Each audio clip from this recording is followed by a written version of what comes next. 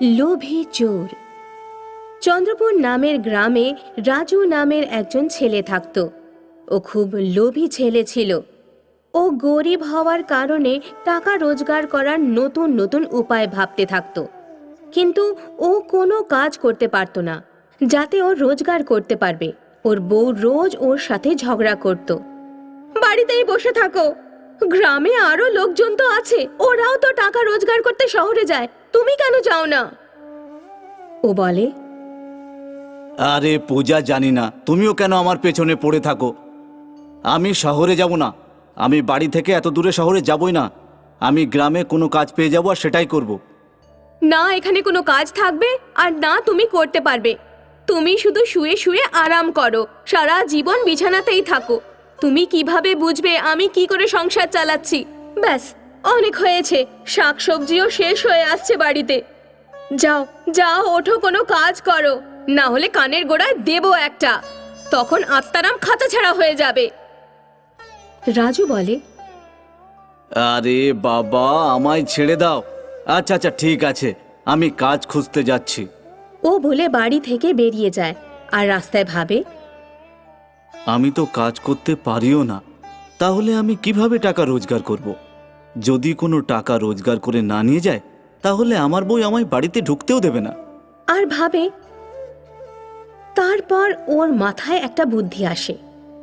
আমি লোকজনকে বোকা বানানোর কাজ করলে কেমন হয়?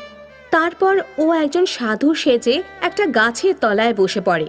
তারপর আস্তে আস্তে লোকজন ওকে চিনতে থাকে আর নিজেদের সমস্যা নিয়ে আসতে থাকে। একজন লোক বলে, বাবা, আমার সামনে অনেক বড় সমস্যা চলে এসেছে, দয়া করে এর কিছু সমাধান বলুন। রাজু মনে মনে ভাবে, এই তো এসে গেছে আমার শিকার। চলো আজ একে দিয়েই দিন শুরু করি, একেই বোকা বানাই আমি। ও এটাই ভাবছিল, তখনই ওই লোকটা বলে, বাবা, কোথায় হারিয়ে গেলেন? রাজু বলে, কিছু না পুত্র, বলো। ও বলে, বাবা, আমার বাবার শরীর ভালো যায় না, অনেক ডাক্তার দেখিয়েছি, কিন্তু কোনো ডাক্তার ওনাকে ঠিক করতেই পারেনি। আমি আপনার নাম অনেক শুনেছি। বাবা, আপনি কিছু করুন যাতে আমার বাবা সুস্থ হয়ে যায়। রাজু বলে, উনি ঠিক হয়ে যাবেন, কিন্তু ওনার সুস্থতার জন্য একটা পুজো করতে হবে। লোকটা বলে, হ্যাঁ, পুজো করুন বাবা, আপনাকে অনেক ধন্যবাদ।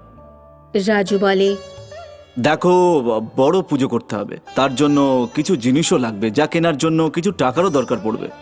তখন লোকটা বলে, কত টাকা লাগবে বাবা? আপনি বলুন তো, শুধু আমার বাবা সুস্থ হয়ে যাক। রাজু মনে মনে ভাবে, বাহ বাহ বাবা, কত বড় মুরগি ধরেছি আমি আজকে, ভালো করে লুটবো ওকে, আর কাল থেকে নতুন ধান্দা আর নতুন উপায় বার করব। কারণ আমি তো ভণ্ড সাধু, তাহলে কিভাবে আমি ওনার বাবাকে সুস্থ করতে পারবো?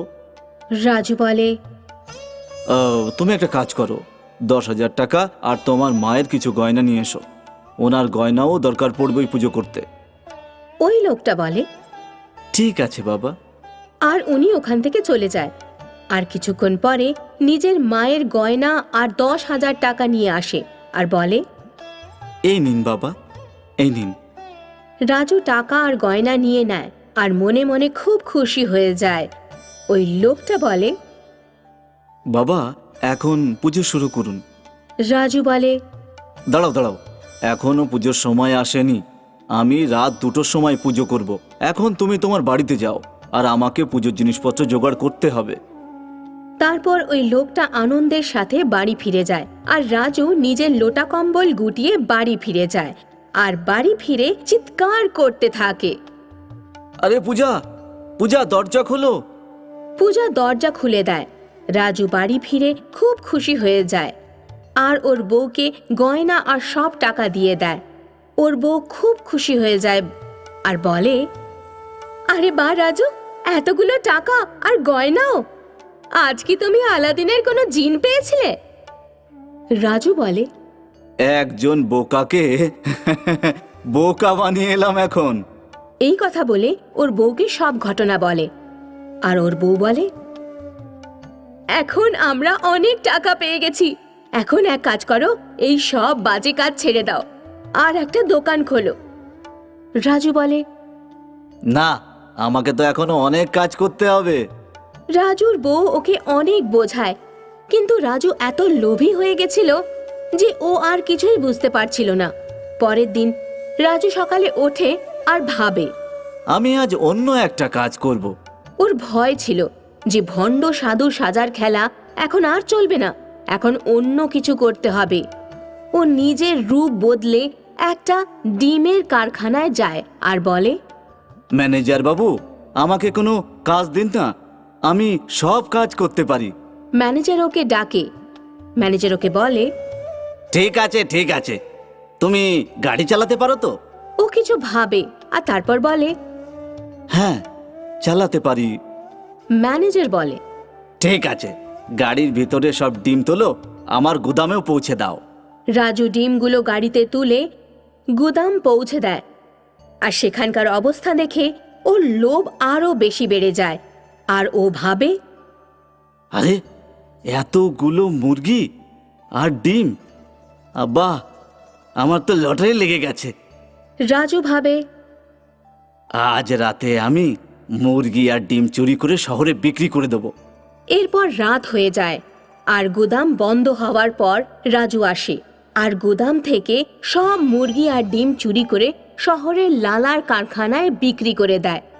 আর সকালে আনন্দের সাথে বাড়ি আসে আর বাড়ি এসে ওর বউকে সব ঘটনা খুলে বলে আর অনেক টাকা দিয়ে দেয়। আর এসব দেখে ওর বউও খুশি হয়ে যায় আর তারপর বলে, এখন তো আমরা বড়লোক হয়ে গেলাম, এখন তুমি এসব কাজ ছেড়ে দাও, আমরা শহরে গিয়ে থাকবো আর ওখানে কোনো ভালো দেখে দোকান খুলে নিও। কিন্তু লোভী রাজু একটুও শোনে না। ও বলে, আর একটু কামিয়ে নি, তারপর শহরে যাওয়া যাবে। এই কথা বলেও চলে যায়। ওদিকে ম্যানেজার জানতে পারে যে গুদামে চুরি হয়ে গেছে।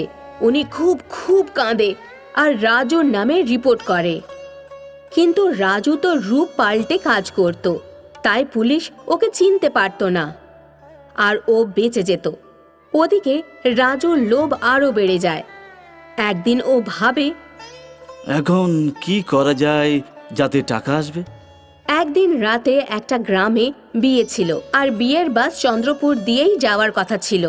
তাই রাজু ভাবে, আজ রাতে বাস লুটলে কেমন হয়? টাকা পয়সা আর গয়নাও পাওয়া যাবে।